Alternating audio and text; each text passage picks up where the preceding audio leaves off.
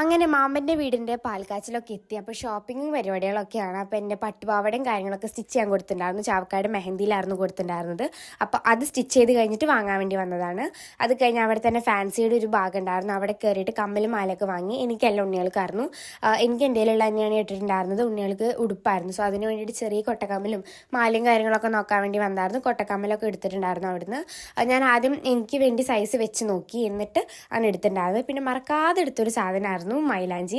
അതെന്തായാലും നമ്മൾ ഇടുമല്ലോ. അത് കഴിഞ്ഞ് ഗുരുവായൂർ ഗഹന ജ്വല്ലറി പോയി. അവിടെ റെൻ്റൽ ജ്വല്ലറി ഷോപ്പാണ്. സോ അവിടെ കയറിയിട്ടാണ് നമ്മൾ ജ്വല്ലറീസ് എടുത്തിട്ടുണ്ടായിരുന്നത്. മുമ്പ് നമ്മൾ ഇടയ്ക്കിടയ്ക്ക് ഇവിടേക്ക് വരാറുള്ള തന്നെയാണ്. റെൻ്റൽ ജ്വല്ലറീസ് ഇവിടെ നിന്നാണ് എടുക്കാം.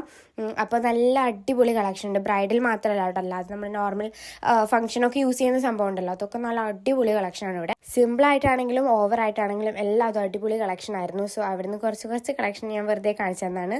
സോ നമ്മൾ സംഭവങ്ങളൊക്കെ എടുത്തിട്ട് ഇതേ ബില്ല് ചെയ്തുകൊണ്ടിരിക്കുകയാണ്. ഇത്രയുള്ള വീഡിയോസ്. ടാറ്റാ.